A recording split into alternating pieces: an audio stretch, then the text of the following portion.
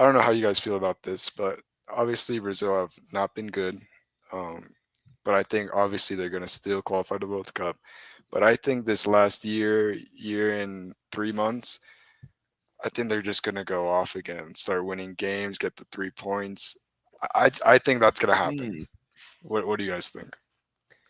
So that was one of my other storylines was, does Brazil figure it out in time? And if so, what fixes their current problems? Because I do see a world in which, because of course on talent they are grossly underperforming, and they've been doing so for a while. So it's not like the potential isn't there, but something is clearly broken. And so I wonder if this reality that you're talking about, Martin, actually happens. What is it? And I kind of feel like Dorival is not the coach if that Hmm. happens. I just don't see a way where he is the guy that turns it around. I'm sorry, the Copa America, to me, nail in the coffin. I think he's just a figurehead at this point. To I don't think he's the man.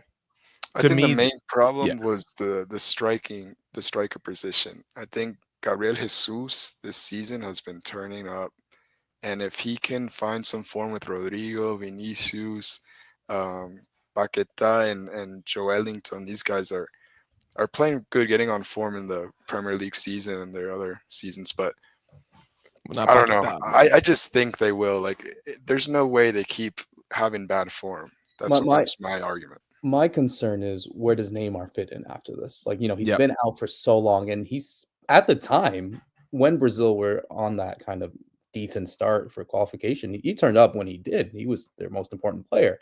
So what I feel as though is going to be really interesting that if he does come back to the team again, he's fit, he's not he's not obviously with any like injury problems for now, but I'm sure Dorival is thinking of calling him up in these upcoming matches because I I think he completely can get someone like completely him agree. to do it. Yes. They listen, the issue with Dorival that I always saw is not like tactically, they're decent.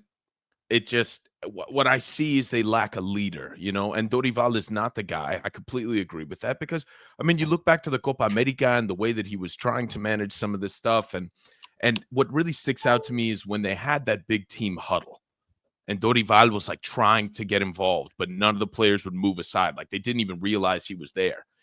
You you're kidding me. Like your players don't realize that you're tapping on their back in the huddle? Hell no. I'm not having that. I would be furious. I'd say we forfeit right now. We running laps because these boys forgot who's in charge. Yeah. So Brazil needs a leader. And I think as good of a player as Neymar is, I think that the Brazilian team rallies around him as a leader more and they take cues off of him. So if they can get somebody to step up and take charge, like Neymar or like a new coach, I think that would fix probably 80% of their issues, because they don't want for talent.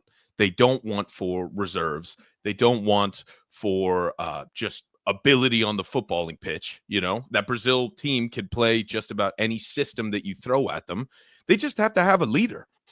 Right now it's like a bunch of mercenaries running around out there, and they need somebody to unify them under the badge, like Scaloni and Messi did for Argentina.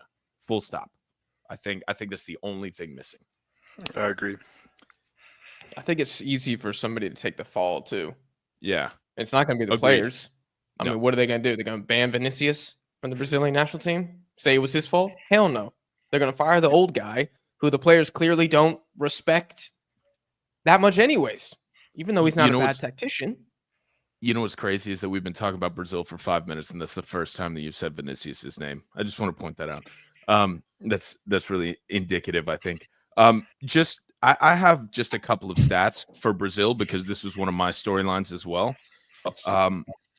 Old Brazil, and for the record, just before y'all eviscerate all of us in the comments, we're not saying that Brazil is bad, but they are not the Brazil of old. The Brazil of old, here are their World Cup stats. By the way, I went back to, I think, the entirety of the 2000s and even before. Brazil, every time, except for when they hosted the World Cup, which they got automatically qualified for, they were first in qualification. This is the first time since I have been capable of rational thought that Brazil has not been number one in World Cup qualification. on the table. The Brazil of old, the World Cup, we all know that they have 5 World Cups, right? They've played 109 matches in the World Cup. They have 73 wins and 229 goals. That is 2.1 goals per game in the World Cup. In the This World Brazil is Cup. not playing like that in the World Cup. Not World Cup qualification. The World Cup. No, in the World Cup, in the most difficult footballing competition in the world. 2.1 goals per game. They're not playing like that. They're not playing like that. And you need a No, and they leader. haven't for a while. No. I think the issue here is, as much as we want to obviously, value Brazil as this, country of really big producing talent, which they are, but I feel as if though perhaps for them, I'm not saying they're washed because they're still obviously a great country and they're gonna go to the World Cup, but perhaps, like I said beforehand, maybe it's that intimidation factor that doesn't exist anymore. They look at other countries, and other countries are doing well in all of South America and all the world, really. So, you kind of look into that and you feel yourself, yeah, Brazil might be this name, the second favorite team of everyone, but it's these results and these kind of performances. You think to yourself, okay, so what? It's Brazil. It's just, it doesn't scare you as much as it should anymore.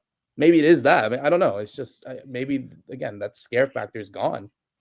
They seem vulnerable as of now, and I think throwing in a Neymar, somebody that's going to intimidate the other team, as well as lead their guys, could really That might change galvanize a them. little too, and that could Yeah. be a factor just of how much Neymar means. I think to Brazil, to the sport as well. So that could Yes, be it's that too. like in Troy when Achilles comes back. Well, they think it's Achilles coming back, and they like charge the Trojan lines, and they find out it's his lover, and he dies.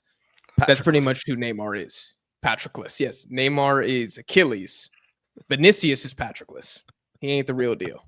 So He they ain't the need real the deal. actual Achilles back to challenge Hector to a one-on-one duel. I guess Hector is, I don't know, Fede Valverde. I don't know who he is in the situation. It might be Julio Enciso if Paraguay keep balling out. Okay, Martin, why don't you drop the next storyline for us?